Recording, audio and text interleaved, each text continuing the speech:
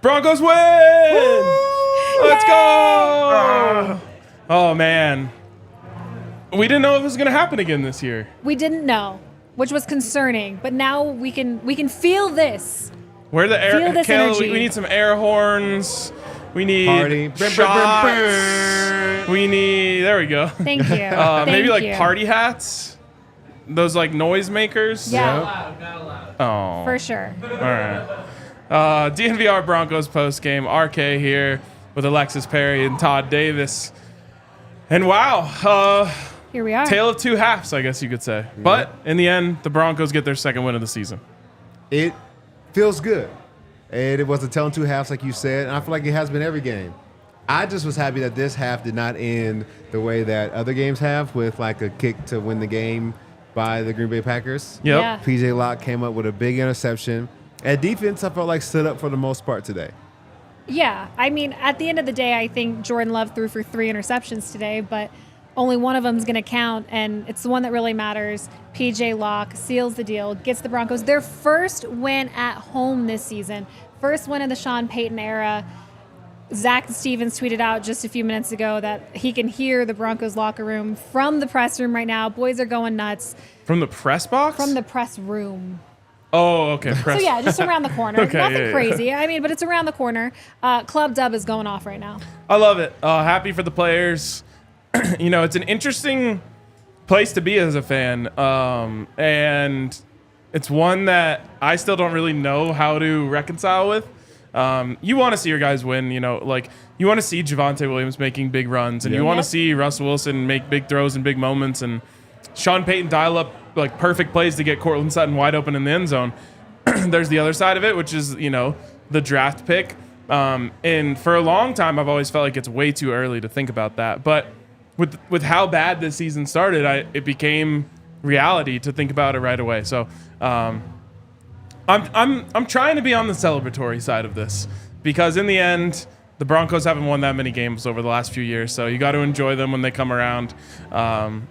I remember there was like a debate going on Twitter a couple weeks ago when Vic Lombardi was tweeting about how back in his day, you wouldn't do anything on Sunday but watch the Broncos. Yeah. Uh-huh. And he's like, now I see people like out and about doing stuff on Sundays. And there was this whole back and forth about how people shouldn't have to waste their time on the Broncos if they don't want to.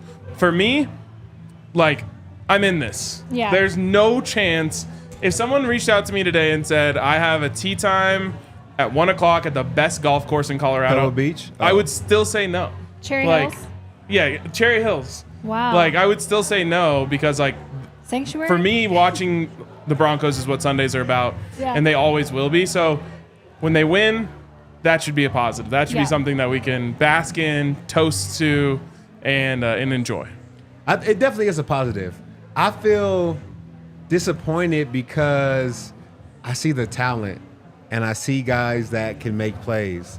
I love that we won. I feel like, why can't we use Cortland Sutton like that every week? Like, started screaming and started shortcutting everything. Too much energy. Exactly. But back to my point, I think that you look at these guys perform. Around the league, there's this narrative that we don't have players on offense to really put anything together.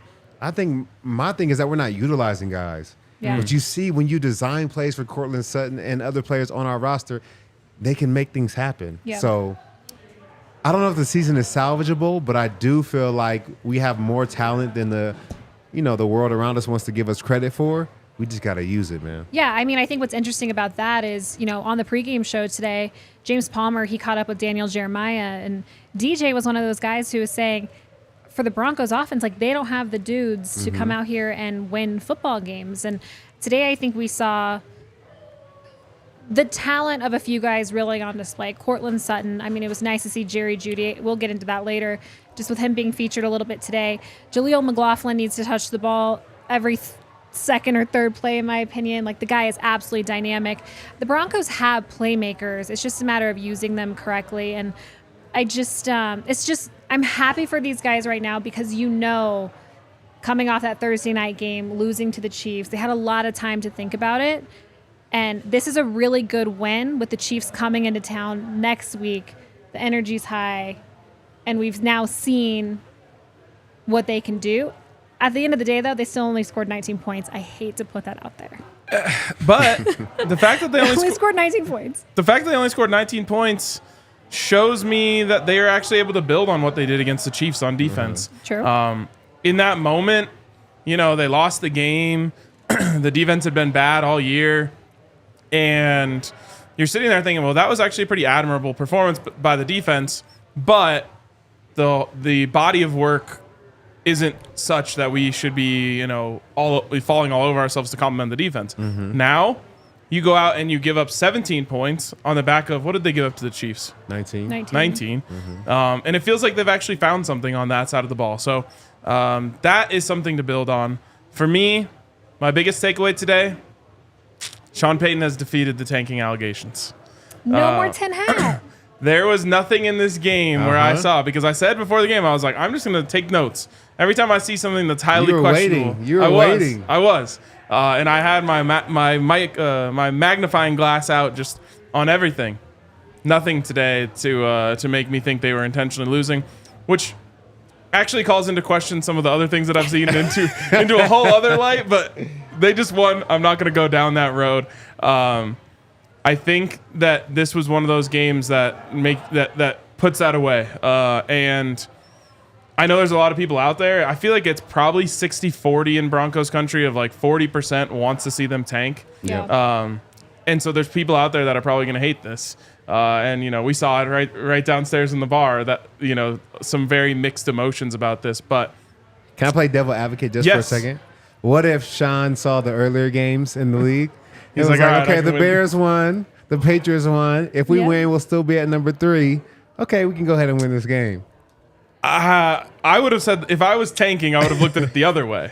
All those teams won. We have a chance to gain a game on them. Okay.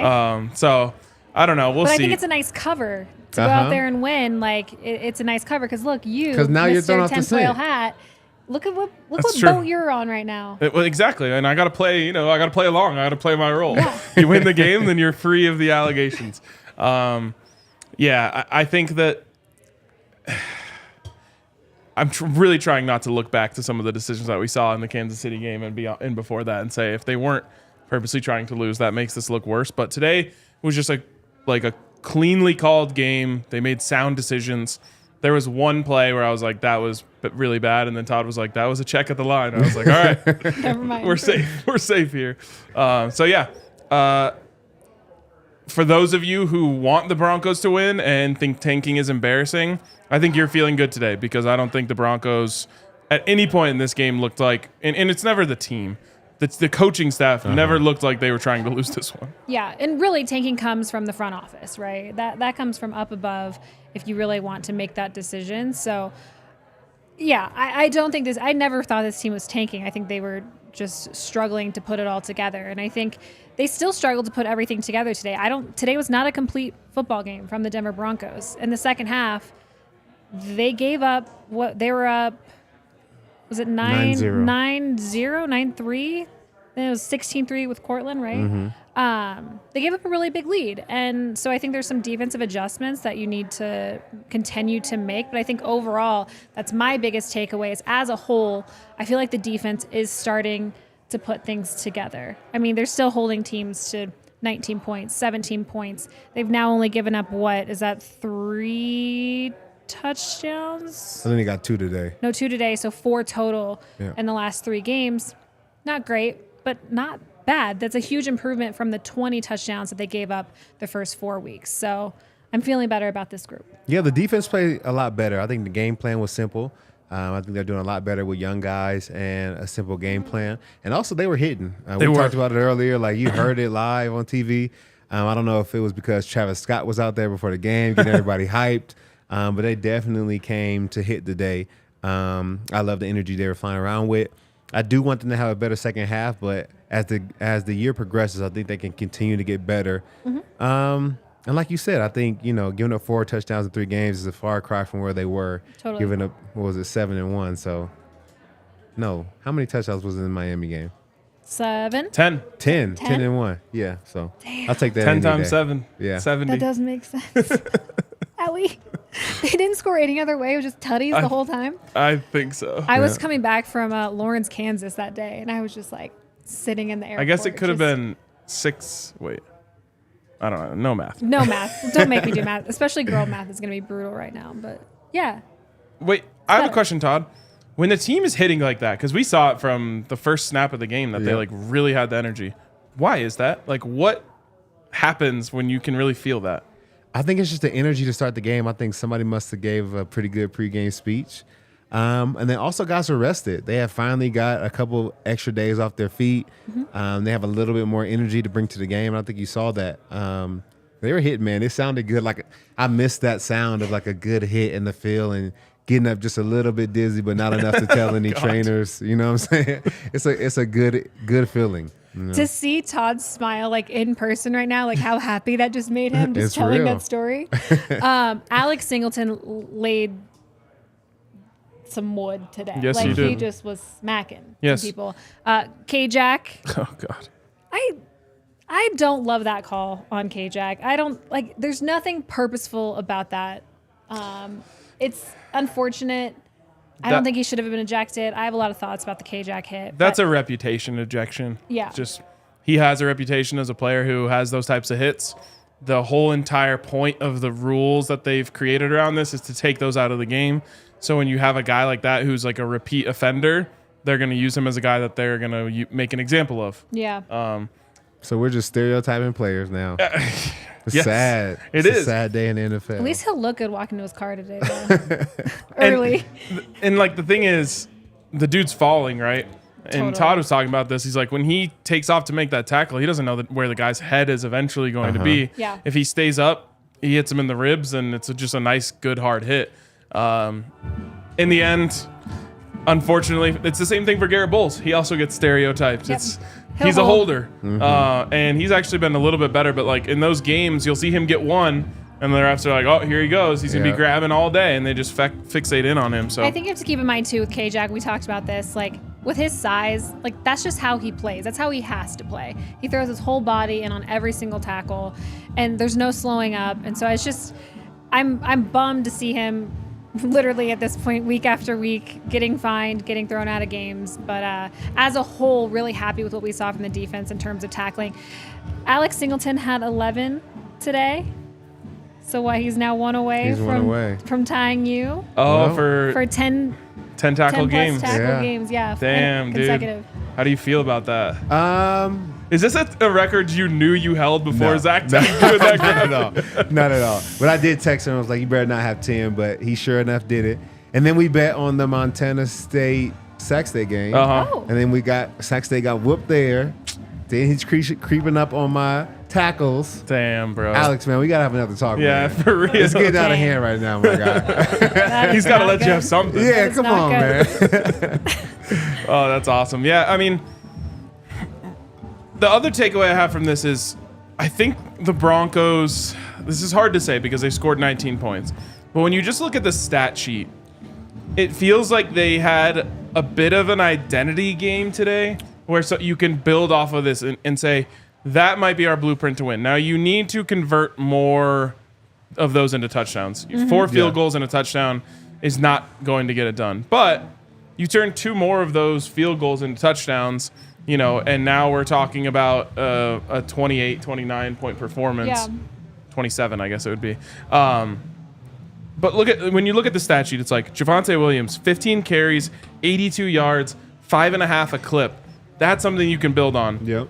He is such a beast. I feel like he's getting stronger as the season goes on. Yeah.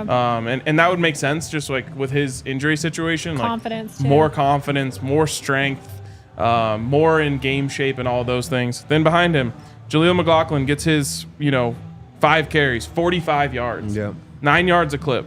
Even Samaj AP Ryan 2 for 10, so he's at 5 yards a clip. Russell Wilson just 1 for 21. But right there, as a team, 25 carries for 145 yards, 5.8 yards a carry. That's a winning recipe. And I think that results in Russell Wilson being able to go 20 of 29, 194 yards, 1 touchdown, 0 interceptions. None of those stats are sexy, right? Even Javante's 15 for 82 and no touchdowns doesn't like get anyone excited. It's not fantasy football numbers. But if you can run the ball at over 5.5 yards a carry, and then Russ can be efficient throwing the football, that's a winning formula. This today would not be good enough against a good team like the Chiefs. But the formula, I think, is good enough if you execute a little bit better within the formula. I agree. And I think also the thing that I loved is the way they were able to use the backs off the backfield. Like getting Samaje in space and Javonte in space.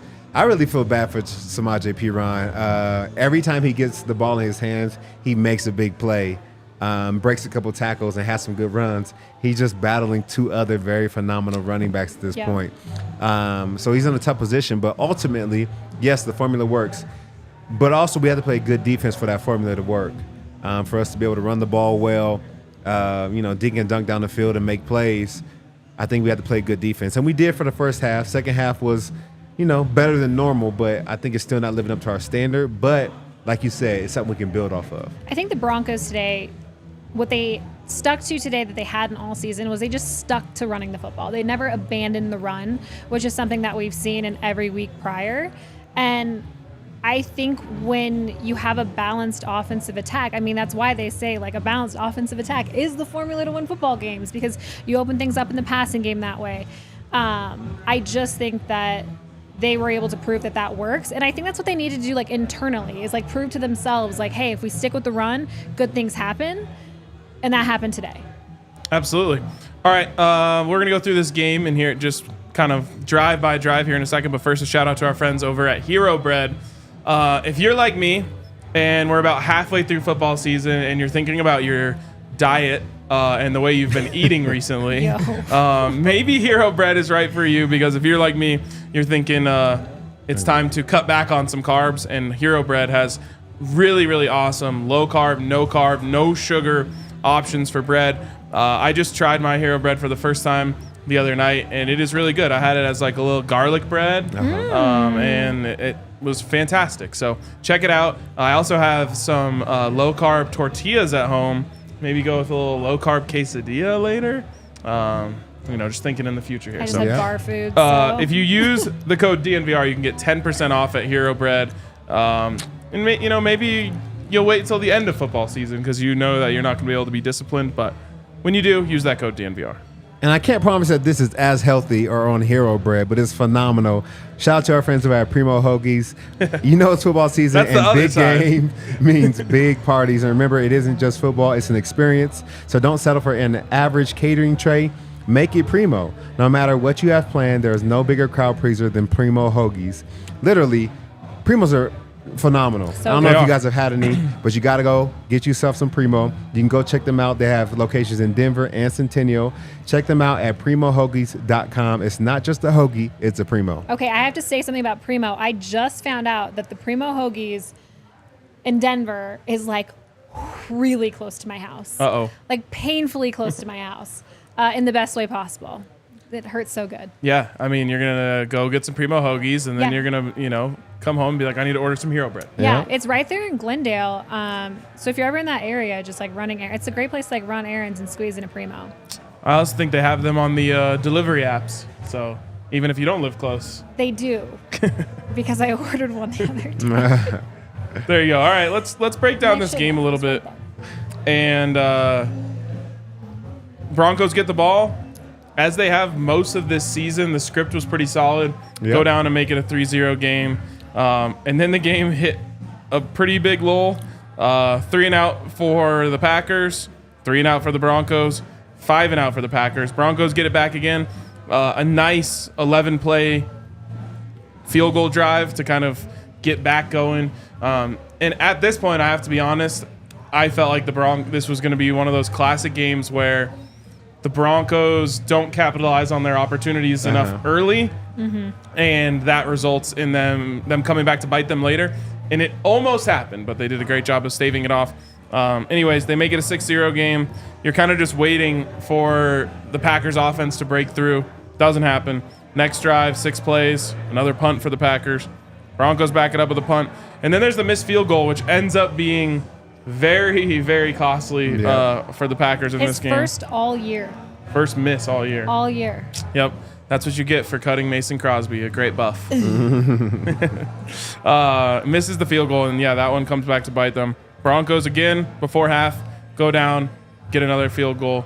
What did you think of the decision there at the end of the half when they threw it? I think there was 12 seconds on the clock. They're at like the 20-yard line. They took one shot at the end zone, and then they just said, nah, let's just kick it.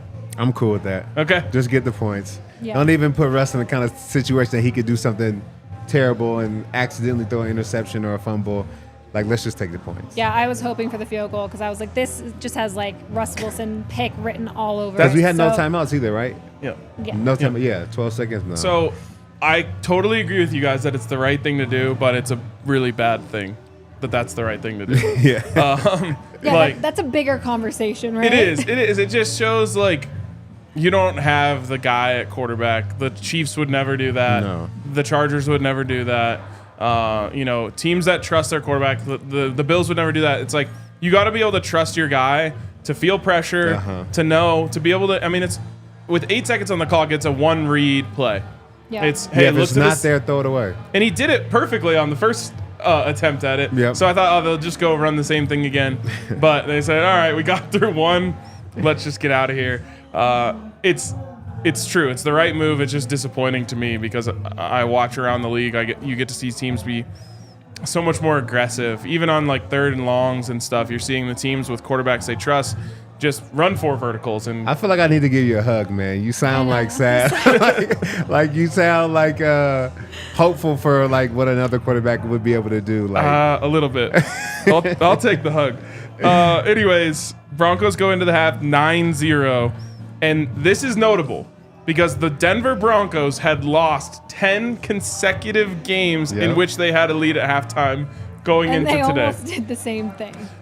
So I emotionally hedged, and I went over to our friends at DraftKings, and I said, if it's going to happen, I at least want to profit off of it. But it didn't. Packers come back out of the half. They go 12 plays and get a field goal. Again, one of those times where you're thinking, well, here we go.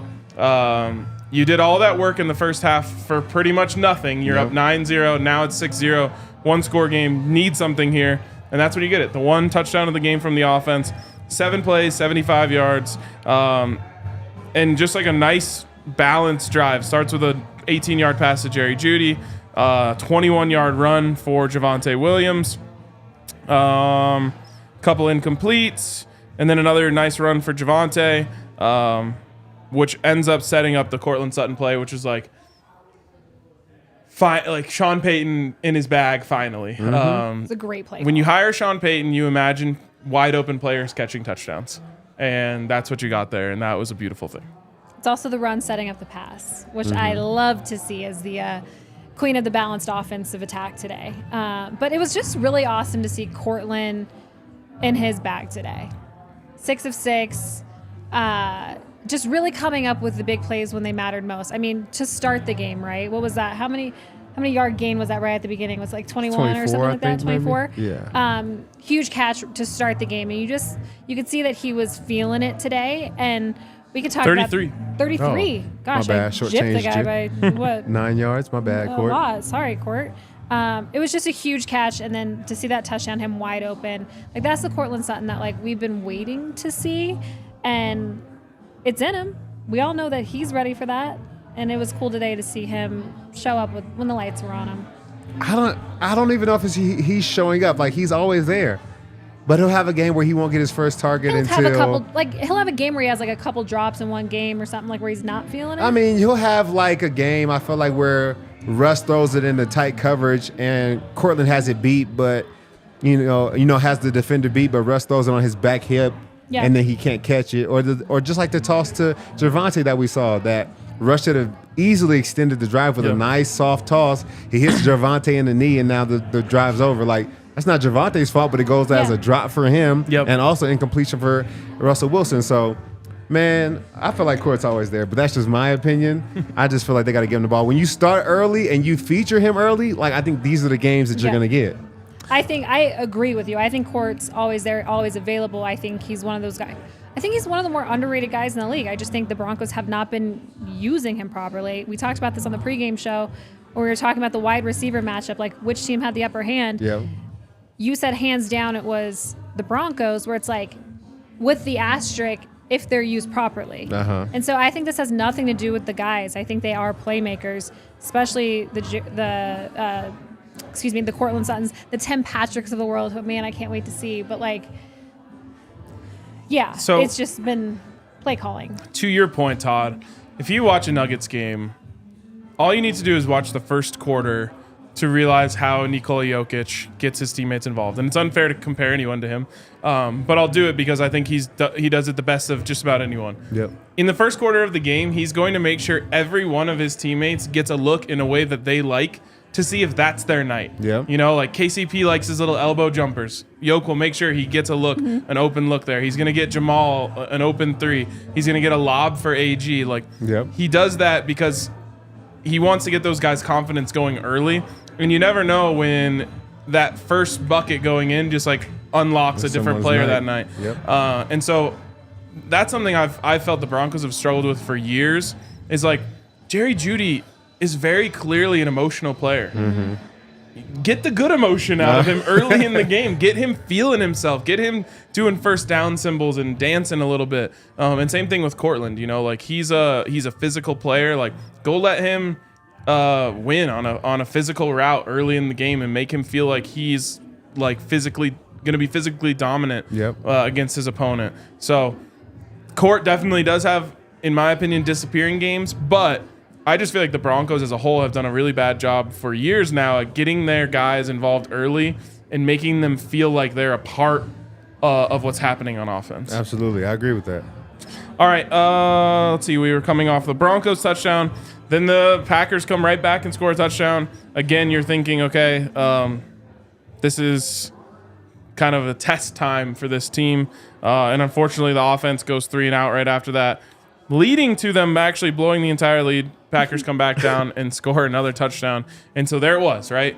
The whole first half, at least I'm thinking, you're losing these opportunities. It's going to hurt you later because you're not stacking up points when you're dominating the game. There it happens. You end up losing the lead. And then credit to Sean Payton, Russell Wilson, Javonte Williams, Jerry Jeudy, all the guys who contributed on this last drive. They did what they had to do. They take 4 minutes off the clock. They get themselves into field goal position. And I would be remiss if I don't give credit to Will Lutz, who, did you confirm this? I think he has been perfect since week 1 when he took a lot of flack. Yeah. And it's unfortunate for him a little bit because narratives get written early in the season. So everyone's like, oh, Sean Payton traded for his guy and they ran McManus out of town and this guy cost us the game already, which all of that was true in that moment. But he's now been perfect since then. And he gets a game winner today to kind of, atone for that. So I don't feel like there's been enough Will Lutz credit out there, so I want to give him credit today because that wasn't a gimme. That's a 52-yarder for the win, and he smoked it down the middle. Apparently he hit a 63-yarder in warm-up, so that's what we like to see. I really like the juxtaposition, too, between Anders coming in and Will Lutz. Like, Will Lutz, like you said, with the reputation, not the reputation, but just the whatever comes along with when you say Will Lutz in Denver right now. People aren't his biggest fan, but they should be because he has been good except for that first, what we would consider. A lot of people blamed Will Lutz for that loss against the Raiders. But for Anders to come in and be perfect and then for Will Lutz to actually make the game winner, it feels good. I'm really happy for him because it seems like he's starting to really settle in. I think so, too. And I think this one is kind of the one that can wipe away that week 1 miss. Totally. Because I think this was the only other game where he had an opportunity to kind of like win the game. I think we look at the score at the first week. Had he made either the point after or that field goal, like now they're winning the game. So I think he did a good thing today by helping the team win. And I think it's kind of like now he's even. Now we can start from ground zero. He's not a good kicker. He's not a bad kicker. Let's see what he does from here. Fair enough. Absolutely. Any other takeaways just from kind of the game flow that you guys had? I guess we should finish it here. The game wasn't ended there. The Packers looked like they were going to get themselves into field goal range as well. And then a holding call on a QB draw, which is a tough thing to happen for an offensive lineman. Really derails them, and it ends in PJ Locke, which is a fun story, coming in for Kareem Jackson after he gets ejected and getting the game-winning interception. Does K-Jack make that pick? I think so. Absolutely. If K-Jack's in the game, I think he'll make that play too. Yeah, really happy for PJ, Texas product, gets his first career interception. What I love about that too is like the timing of it, right? Where it's like defense needs to come up with a big play. Started the game, looked really, really good in the first half. Second half, the momentum started to shift there for the Packers. They take the lead, and then PJ seals the deal. Yep. Seals the deal. I love it. And I guess we should hit every play in the game all the way down to the last one, because I just appreciate when something is executed properly. And the Broncos executed the run 6 seconds off the clock without putting the ball in harm's way at all play perfectly. Russell Wilson rolls to the right, throws it high enough, takes the clock out, end. That's a dub. Not like the Drew Locke completion. Do you remember that? It was against the Patriots. I don't even remember that. And tried to do the same thing. You guys were winning, and it was the same thing. Like, all you needed to do is throw the ball out of bounds, and Drew just hucks one like 65 yards down the field, but it's inbounds, and then Tim Patrick just catches it. And so he just pads another 65 yards on his stats at the end of the game. Yeah.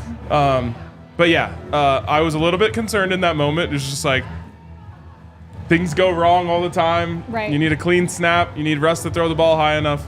And they did it right. Thank you. Thank you. Those are the plays you can't wait to call. Like those are like the punt where you run and you take a safety in the back of the end zone because you know the game is over. Like, those are the best plays in football because you know you're winning. The game's over. We got to execute one more time. But it does take the execution, and can't say that we have all year, so it was good to see us do it. And if you guys remember, Pat Shurmur got absolutely eviscerated in the media because he said sometimes we practice incompletions, and that got spun out of control. And when you're bad and you say something like that, and you're Pat Shurmur, no one forgets. But that's one of those plays. It's like, you need to practice it. You want to know how high you have to throw the ball for it to take, probably by the time you let it go, 4 seconds off the clock. I remember seeing a game, I want to say it was Colt McCoy at Texas, where he tried to throw it away like that, and he didn't throw it high enough. And what's crazy is the clock stops the second it hits anything on the sidelines. So, like, it's a weird play where, like, someone on the sidelines can actually impact the game if they, like, reach up and catch it. This takes 1 second less. So hang time matters. Yeah, like, that's one of those things you just need to practice it. So you don't have to say for the first time, make sure you throw it high enough, this, that, and the other. Yeah. And it's one of those fun little, I don't know. I like those little. Yeah, exactly. I have a defensive question. Sorry, really quick here for Todd. Oh, I thought it was for me. It could be for both. I would love both. In terms of Vance Joseph, we talked pregame about the Chiefs game and how Sean Payton had said, that was one of VJ's cleanest games. Like, from your perspective, how well did VJ call this game today? Because I know there was a moment on the sideline there where they had to take a timeout because of a late substitution that VJ made. So it seemed like there were a couple moments where, like, that, is the game. Like, Sean Payton's going to get a little heated when that happens. Like, I don't think that's like, oh, now you're on the hot seat. But, like, overall, how do you think VJ called this game here today? And overall, they did a good job. I think anytime you hold a team to 17 points, you played a pretty good game of defense. That was a funny play. I think PJ Locke forgot, K-Jack is out, so I got to be in. So he saw him on the sideline like, oh, no. So luckily they went in, and they got to stop, right? Yeah, they get the field goal. Yeah, so it was worth it. I think overall VJ did a good job. I would like them to see it affect the quarterback a little bit more. I don't know if we had a sack that game. It really didn't feel like we were getting after him too much. No. He had a lot of time back there, but overall, I think he did a good job calling the defense and had his guys ready to play. Even on the interception, he had unlimited time. Yeah. I, for sure, as he's just standing back there, thought, someone's going to come wide open over the middle of the field. Like, all the zones have dropped back. Yep. Someone's just going to come. But great job by the defense staying sticky. Also, thank you, Jordan Love, for making a really bad decision. Terrible decision, but it's not our fault. We take it. And even if it was single, it's Justin Simmons back there. Like, not a good chance. Can we talk about? And it was Henry's Montana guy. Oh, was it really? Who the ball was intended for. No way. I hope he's watching. Can we That's talk what about that's what Pat Surtain was supposed to be scared of. Yeah, no. Speaking of Pat, this is what I want to talk about. Like the pick that wasn't a pick. I'm confused on how that works. Like if it's a simultaneous possession, like I understand that. Like, okay, so the receiver, it goes to him, but Pat's feet were down first. Like, is there any? I'm confused. I think it's does just this work? whoever comes down with the ball at the end of the day. I think because the receiver was on his back and Pat's arms were stretched over him, I think they were going to give it to the receiver. They say tie goes to the offense, but more than that, I think if Pat's laying on his back and the receiver stretched out, I think they're going to give it to the guy who looks like it has more possession. Even though technically Pat had his hands on it first and his feet touched first, it looks like he's stretching out trying to rip the ball from the offensive player. So they had, I think it was Gene Steratore on the broadcast, kind of break it down. He said they got it wrong. He said tie technically does go to the offense, but it's kind of like baseball where it's like there's no such thing as an actual tie. Like if you were to have it with a stopwatch, it's never going to be exactly at the, down to the millisecond. Yeah. But what he said is it wasn't a tie because they didn't get simultaneous possession. No one had possession of the ball until their feet were down, and Pat's feet were down first. That's what I'm saying. So he's saying because of that, they should have called an interception. I'm with you, though, Todd. Like, I've never seen that rule administered in that way.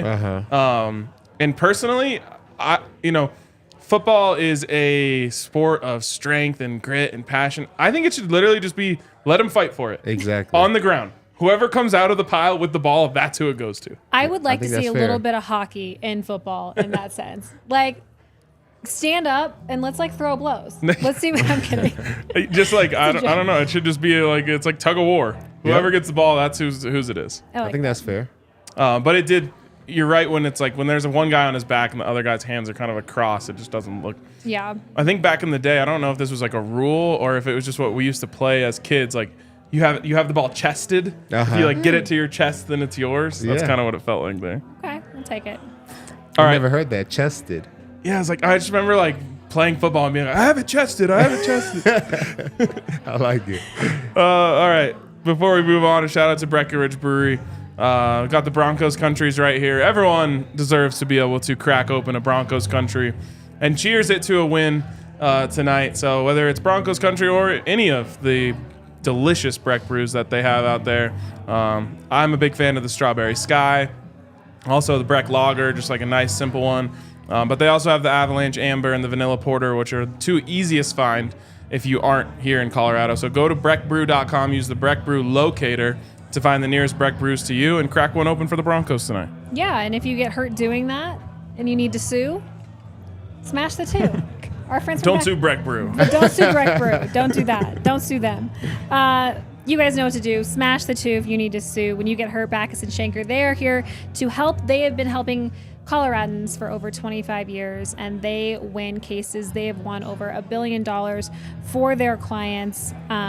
So yeah, there's no upfront fee, to speak with them about your case. There's no fee while they work on your case, and there's no fee unless they actually win the case for you. So it's an absolute great deal. Backus and Shanker, they help with all kinds of injury cases where you were not at fault: car accident, motorcycle, rideshare, pedestrian, trucks, and they can even help you if you were injured at work. So call them at 222-2222 and find out if you have a case, because Backus and Shanker, they win like the Broncos did today. Let's go. Damn.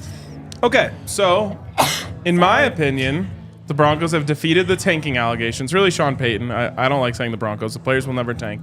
But Sean Payton has defeated the tanking allegations. So what does that mean for the future of this team? Because you have the Chiefs 1 week from today. You have the Bills right after that.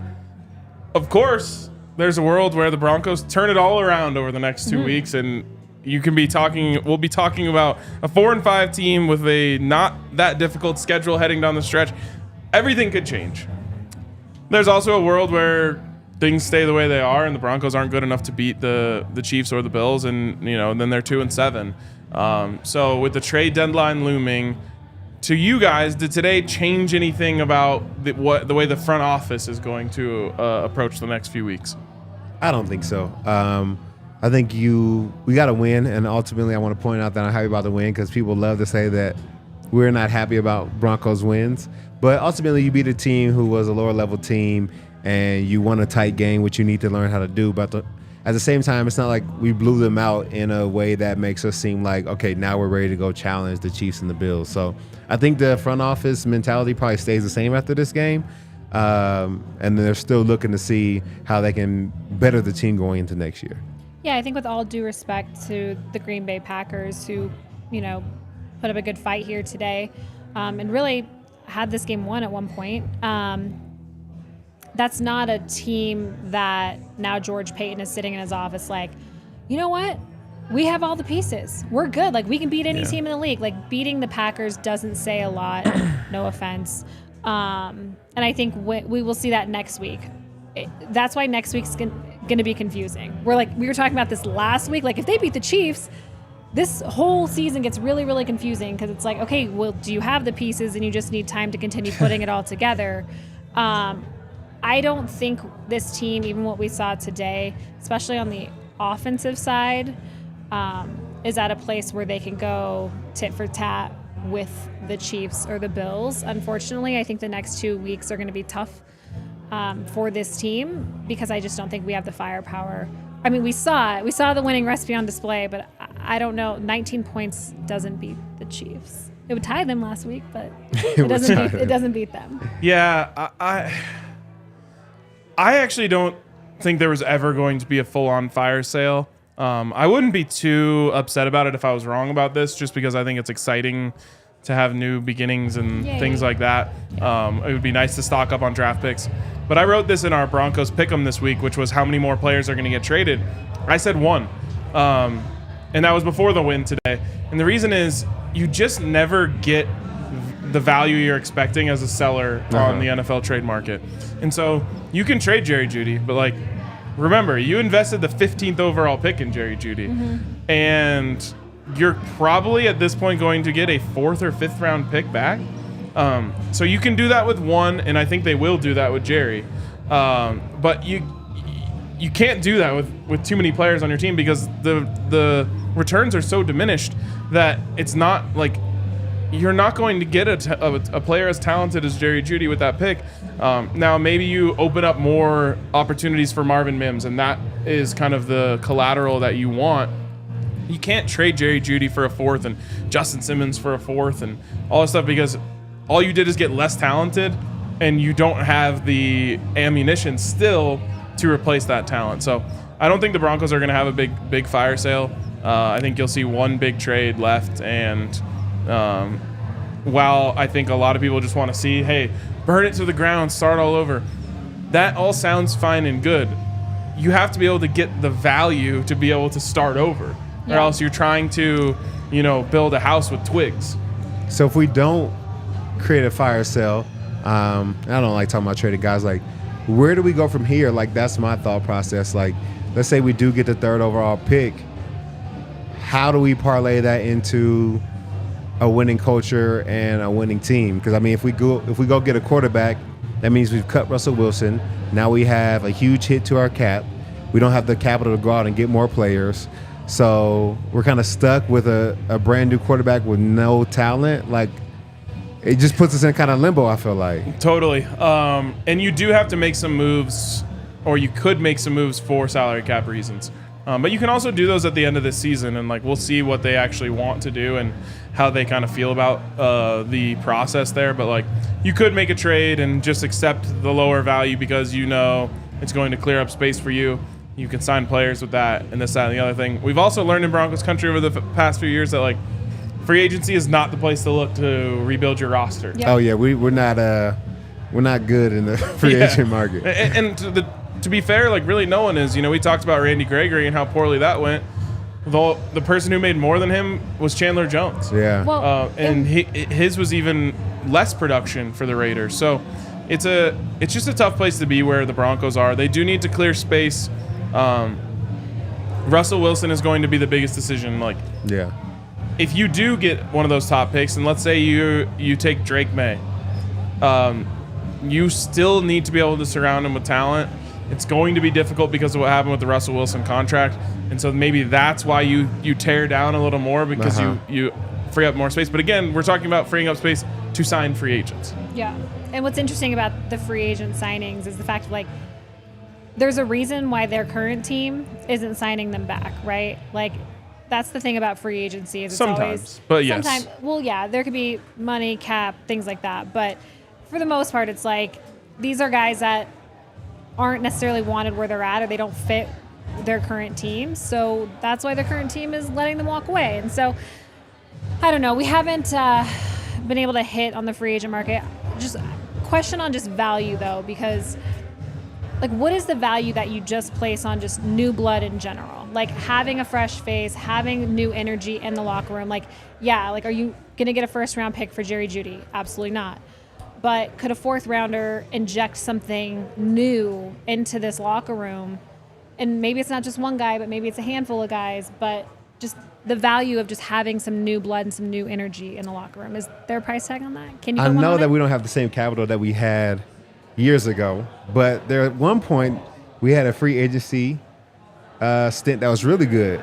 In 1 year, we got T.J. Ward, DeMarcus Ware, Keith Talib, and Emmanuel Sanders. Yeah, yep. All in one free agency There's also signing. Peyton Manning was there at that time. Yeah, people wanted to play Is here. there any way we can recreate this, or is this like a blast from the past? It's just in the past. No, like, for example, Emmanuel Sanders came to Denver. He was in Kansas City, like in their lobby when he got a call from the Broncos. He was like, "Oh, Peyton Manning wants me to come play there?" Yeah. Yeah, I'm on the next flight. Sorry, I gotta go, y'all. Yeah. Like, there's a big difference when you're a contender and people think that basically coming to play for your team means that they are going to the playoffs and they're probably going to compete for a championship. And they think that they're the difference maker, right? Well, yeah, and a lot of times, you know, like those guys they were right. Yeah. So it's just a different ball game. Basically, where the Broncos are in free agency is we need better players, so we have to pay maybe more than they're worth to upgrade talent at a position because these guys aren't coming here for the reason of competing for championships. They're coming here for the bag. So the Broncos need to get themselves back to a position where free agents want to come play for you because they believe that that's their chance to win a championship. Yeah, I feel like we're far away from that. Whether it's Russell Wilson or Caleb Williams or any young quarterback, I don't know if anybody's leaving a good situation to come play with a rookie quarterback, even if he is talented. And Russell Wilson, I don't know if he's the guy that anybody's leaving a team to go play for right now either. So that specific situation, I think we're pretty far away from, maybe 4 or 5 years away from. As for your new blood question, as a Buffs fan, I have to understand the value of new blood. Yeah. Coach Prime didn't say this overtly, but I think a lot of the reason, not all of the guys, but a lot of the guys that had to be replaced were simply like, I don't know how to put this in a nice way. They were losers. They lost too much. Oh, dang. Like, they had lost too many games that it becomes normal to you to lose. Yep. Yeah. Doesn't And hurt you as can't, if you're a winner, you can't be around people who losing is normal and natural to them. So, like, there were some players that I think could have played for this team that it's like, I would rather just have someone else who hasn't lost so many games recently and hasn't been a little bit desensitized. And, like, we feel it. You know, I talk about this all the time. We feel it as fans and people around this team. Like, the losses don't hurt the way they used to anymore. Uh-huh. And that's happening for players too. And so I think there is a lot of value in new blood. And I think that's one of the reasons why people say rebuild, burn it all down, start from ground zero. Like, you can't really do that in the NFL, but there is value to just starting a whole new culture. And I have to be honest, the fact that the Broncos broke the streak of losing 10 straight games where they had a lead at halftime, that matters to me. Like, you have to break it sometime, right? Yeah. And so if they were tanking, which, again, I still believe in the value of, they might not have had a chance to break that this year. So now that's not going to be in their head the next time that they have a lead at halftime. If they go in next week against Kansas City and they're on an 11-game losing streak with leads at halftime, and they somehow get a lead at halftime of that game, they're going to be thinking, well, here we go again. The first time something bad happened. So today they showed a little bit of resiliency. They lost the lead. Were able to come back and win the football game. Little things like that are like steps in the right direction, and hopefully you can get the right mix of players who want to be here, who you know, can get behind the idea of winning culture, and everyone wants to, but like, are they really bought in? Yeah. And then you do need some new faces, some new people, some new energy, and you know, maybe you go and take away a couple free agents from teams that like really win and are used to winning, and they can come talk about those habits with those guys. Yeah. Leaders. You need some dogs on this team that are going to kind of shape it in the right direction. We talked earlier on the pregame show, like, there's a lot of talented guys here, but all of them have played for a lot of losing seasons. Like, none of them have had a winning season even yet. Pat Surtain, Justin Simmons, I think we went 9-7 his first year, so he had a winning season. But a lot of those guys, even though they're talented, they've lost every year that they played the NFL. And sometimes you need new blood and fresh blood that has a kind of energy to it, that knows how to win and knows how to fight through some games. And like Pat Surtain, for example, he's a guy who I don't think the Broncos should ever even, don't even answer the phone. If you're calling about Pat, we're not answering. But think about a guy even like Pat. Like, he's already played for 3 different defensive coordinators. Mm-hmm. Like, he had Ed, which was really Vic, you know, E, and then now VJ. And it's like, speaking of Vic, there he is right on the screen. It's just, you're asking these guys who, like we talked about in the pregame show, they were drafted to play in a very specific scheme.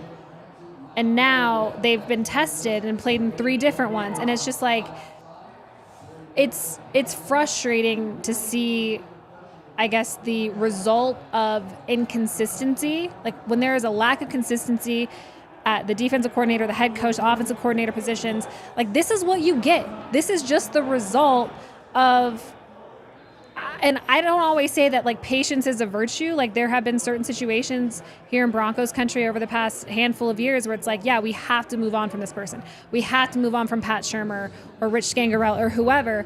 But it's like, the fact that these guys then have to pick up and learn a new playbook year in and year out, it's like, I don't know how Broncos country or even the Broncos could expect to be winners through and through when I think from the very top, it's like, well, we're losers, we're going to move on. We're losing, we're going to move on.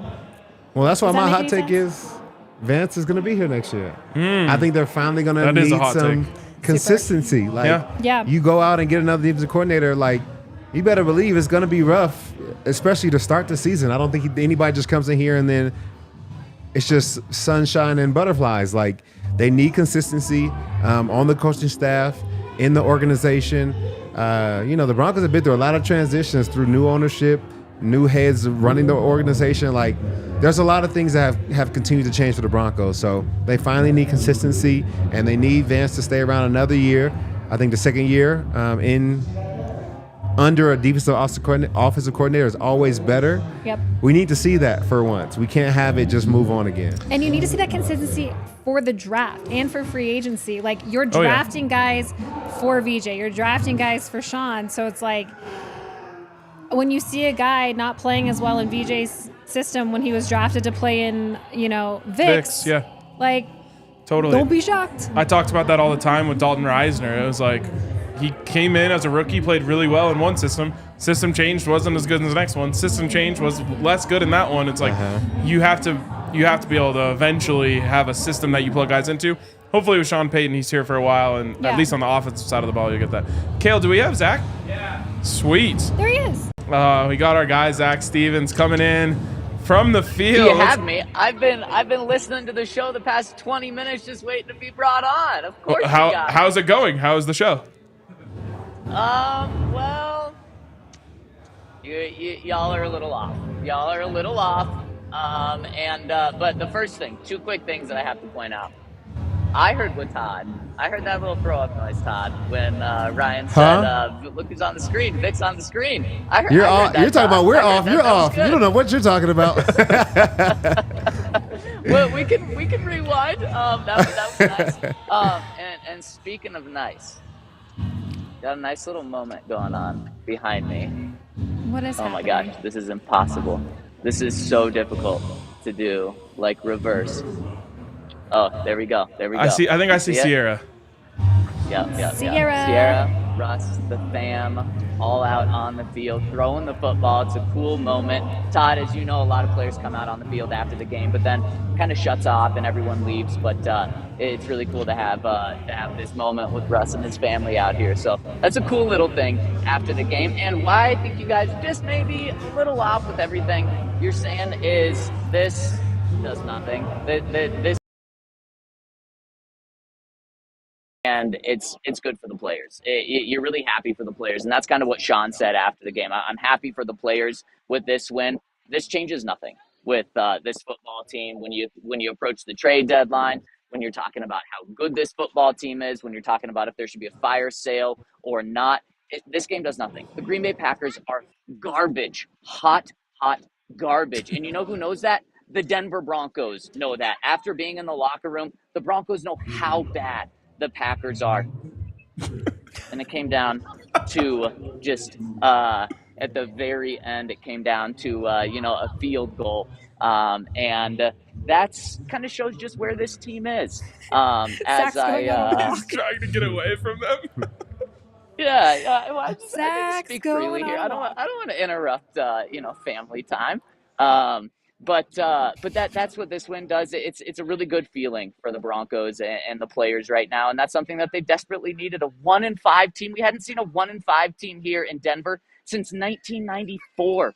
That's how bad it was. So the players feel uplifted. A lot of them are gonna go to a concert tonight and celebrate, be able to enjoy this. But I don't think it changes if guys are going to be traded or not in a week. I don't think it changes if Vance Joseph is back after this year. I don't think it changes massive changes that could be coming. And all the talk of free agency, one of the things that we need to remember is the Broncos don't have cap space next year. They could rework some contracts in order to open up cap space in order to bring in free agents. But on top of that, the way you open up cap space is by paying money to players to restructure and giving them a lot of money up front. Greg Penner made it very clear after the Broncos went out and spent $250 million this free agency that he's not going to be doing that every single year. He is not going to run this team where he's just handing money left and right out. He's going to be willing to spend money when he believes in the process and what's going on. But, whoa, okay. Just got dark on me. Maybe my take's bad. That's what the stadium's telling me. You're making it dark. Well, just keeping it real with you. I'm just trying to figure out when you tuned into the show, though, I think we Zach. said that. Yeah. We we said definitely had that. all those takes. The biggest problem is that I've you been just listening to weren't the show the listening. past 20 minutes. You clearly weren't listening very You well. weren't. We all listening, said man. we're like a win over the Packers means nothing. It's all good. We still love It's you, okay, man. we love you. love you. It's all Yeah. good. You love that hair right now too. All right, Zach, take us inside the locker room. Take us inside the press conferences. What was said that we need to know? Oh, man, it was too good. Sean, so we talked at the main press conference, we talked to Sean and Russ, and they couldn't have been more different in their approach with this. It was actually hilarious. You guys know Russ is all positivity, and he was positive, as he should have been after this win. You could tell that this win really, really impacted him in a positive way, and couldn't be the more opposite with Sean Payton. When we talked to Sean Payton, he started to get pissed off because of us, because of the media. About midway through, he snapped at a couple of reporters and then was actually asked, like, are you happy with this win? He says, yes, I'm happy with this win. I was a lot happier before I came in here and was talking to you guys. But wow. so it was kind of funny because one of the things that Sean was asked about and where he really snapped was Troy Rink, good friend of ours. He asked Sean, and it was something that Ryan touched on to show you that I was listening to this show. Ryan touched on the 10 consecutive games that the Broncos have lost while leading at halftime. Sean was asked about that by Troy, and Troy was throwing him a little softball so that he could just crush out of the park. And Troy says, you've lost 10 straight games when leading at halftime. And Sean goes, I haven't. And Troy goes, wow. okay, well, you've lost 3. And so Troy goes, okay, well, you've lost 3 straight games before today while leading at halftime. And he goes, no, you said 10. That's not me. That was before me. That's not part of me. And Troy just continues to go through with this. And Sean was not having it. He was not going to let Troy win that one. And then kind of the answers from there. It was upset Sean. And, I expected Sean to be a lot happier. He just got his first home win. And in fact, I asked him, again, nice little lob for Sean after the questions that I had were taken before me. I said, how good does it feel to get your first win at home in Denver? And he said, well, I hope there's a lot better accomplishments in my career with the Broncos than just that. I'm like, oh my gosh. Okay. Jeez. Well, pissy Sean. So you could tell that there was and I think that, yeah, he got a little upset with some of the questions being asked after a win. But they were all very fair questions. But I think that he was also pissed off before he came and talked to us for a couple of things. One, he was very nervous about PJ Locke continuing to run back that interception. He said if PJ hadn't fallen down when he did, I might have gone out there and tackled him. He was not happy with the way that the offense wasn't able to close the game out, and then they had to punt the ball and then finally get the ball back or get the interception to seal the game.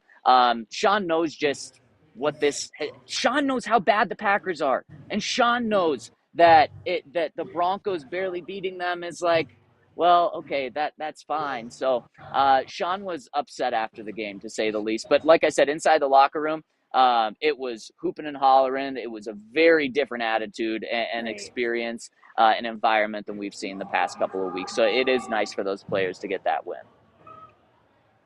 Okay. All right. Good. Yes, We're sir. sorry for keeping you. I feel bad. No, I really love bad. listening to you guys. I was going to say, I I mean- expect you to stay right there and listen to the rest of the show. Exactly. Yeah, don't move a muscle.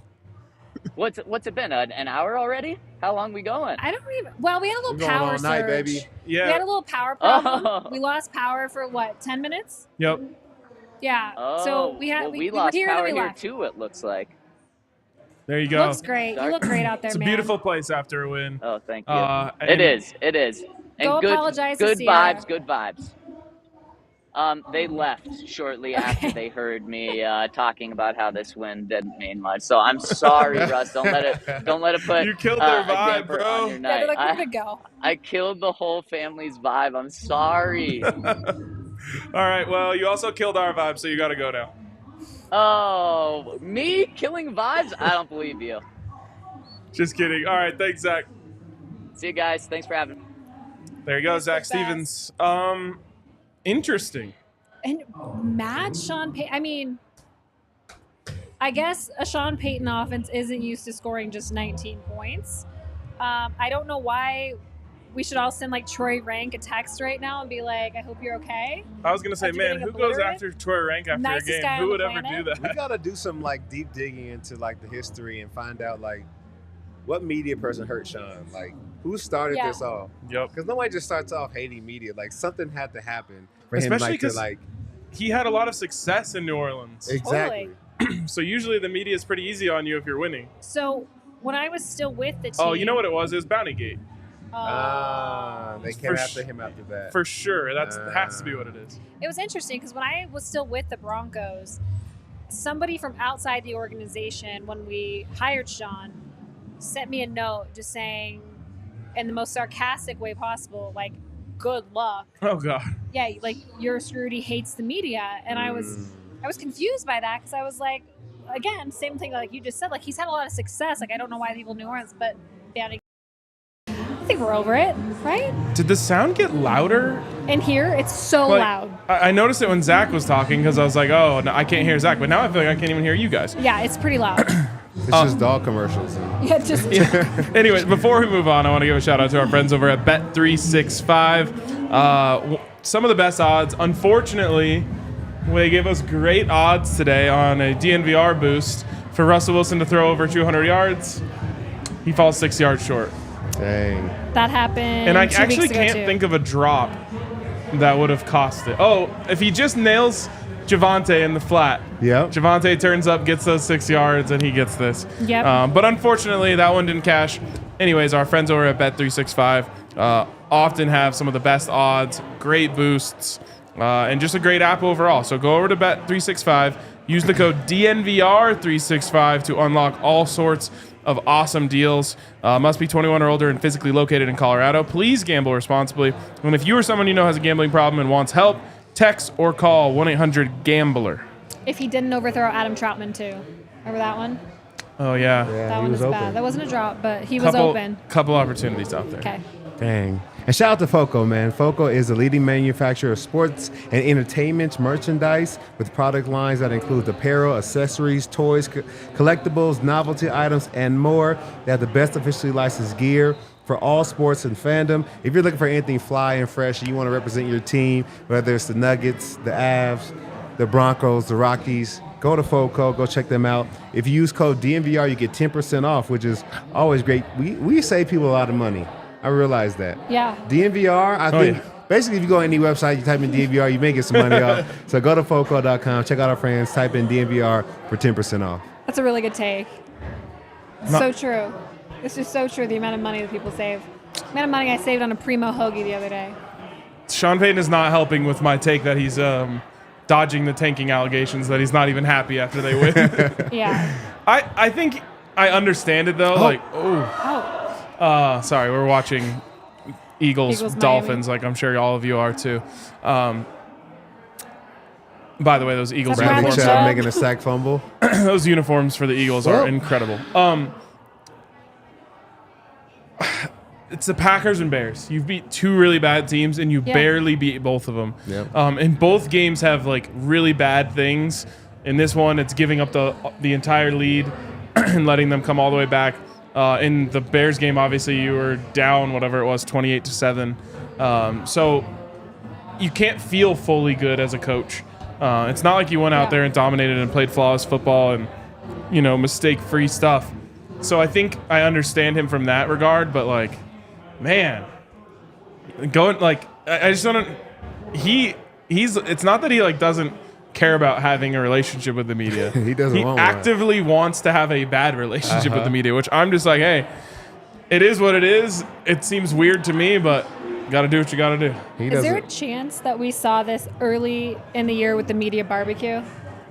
It's everything. With it being like Chick-fil-A this year? You know what I mean? Like, I feel like coaches in front offices, they would really put a lot of effort into the media barbecue because at the end of the day, they're kind of trying to buy your positivity, right? Yeah. So wait, you got to give me a little bit of context on the media barbecue. Okay, so every year there's a media barbecue.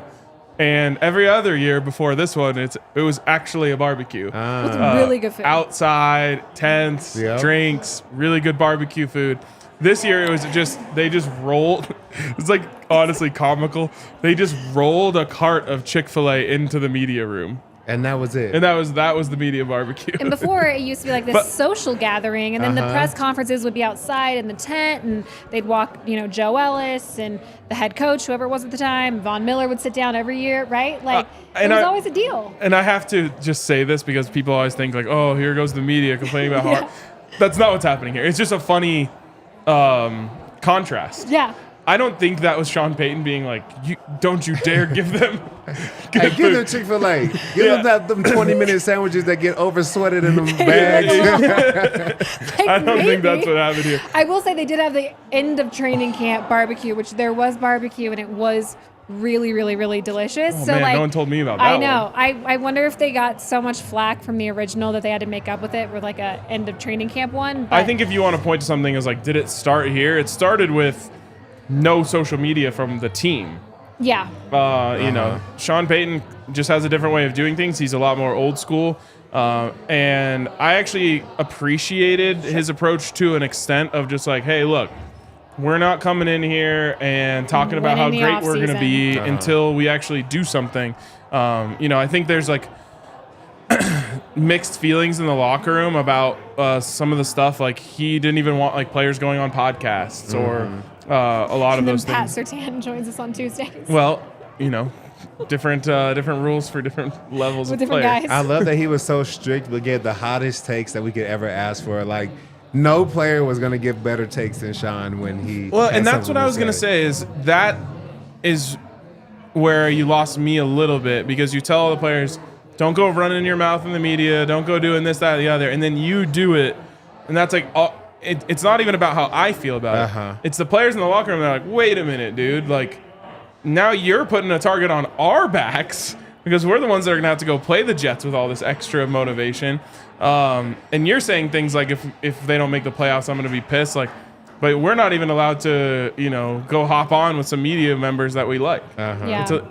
It's weird. I don't even know how we got here other than just him going back and forth with the media. Well, we were talking about Sean being like upset in his post-game press conference, and like poor Troy. Troy's like, oh my gosh, am I going to get my credential yanked today? Like, we all know that's not happening. But like, the guy asked a pretty fair question. And yeah, like, I feel like with this era right now, like, I feel bad for Sean.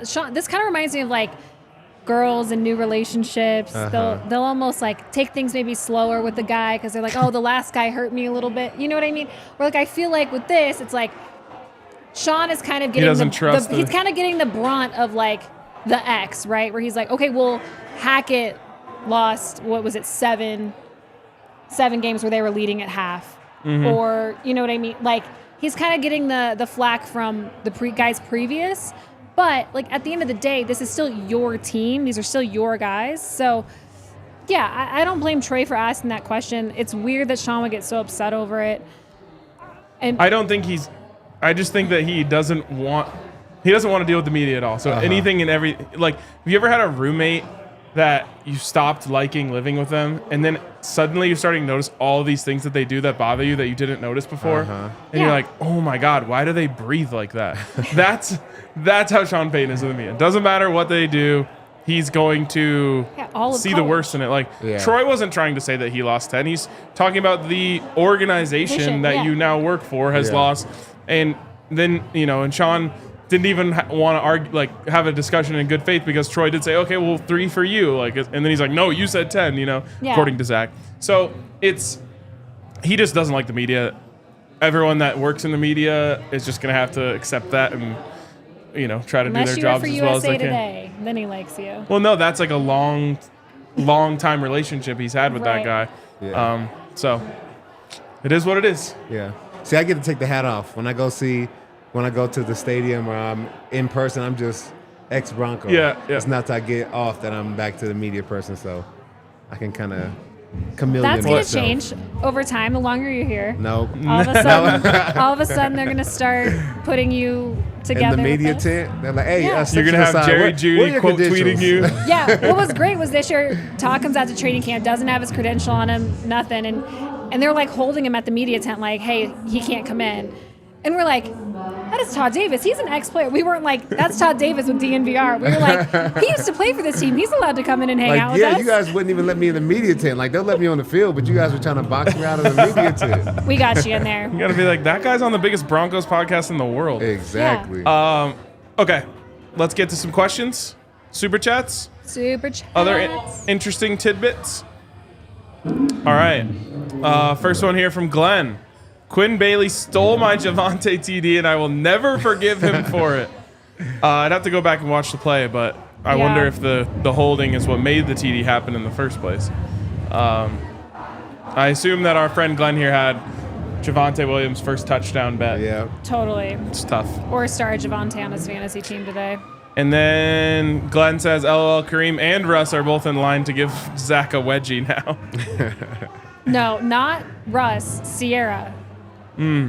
Question: is it Sierra or Ciara? I think it's Sierra. It's Sierra, right? I think so. Like, I feel like Russ has said Sierra. Yeah. I've been obliterated for calling her Sierra, but they're like, it's Ciara. Ciara? No, it's Well, now you have me questioning. No, because you got Sierra. This beat it's not. I don't think it was Ciara. Yeah, okay.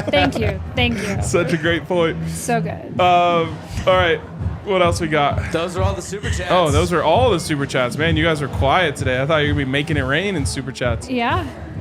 Speaking of making it rain, did you see? Actually, never mind. Did I see the Rams game? Yes. That's his first and last. Like, he's not invited anymore. Yeah, he just showed up. He was having too much He was fun. like, I'm here for a good time, not a long time. Oh, my God. I missed it. It was Blueface. Blueface, yeah. Went to the Rams game, bought one of those field level suites, and then just had like strippers in there. Nice. Yeah. Mid-game. He was just making it rain mid-game. Good for him. Wow. Okay. There you go. That's Alexis's takeaway. Put it on a quote graphic. Good for him. Good for wow. All right. I think that's all we got. If it was Broncos Atlanta, done. that'd make more Yep. sense. 2-5. Chiefs next. Beat the Chiefs, and a lot of people will consider this season not a failure. Yep. The most confusing of all time. So there you go. Appreciate all you guys for tuning in, and we will catch you on the next one. We all silly like the mayor.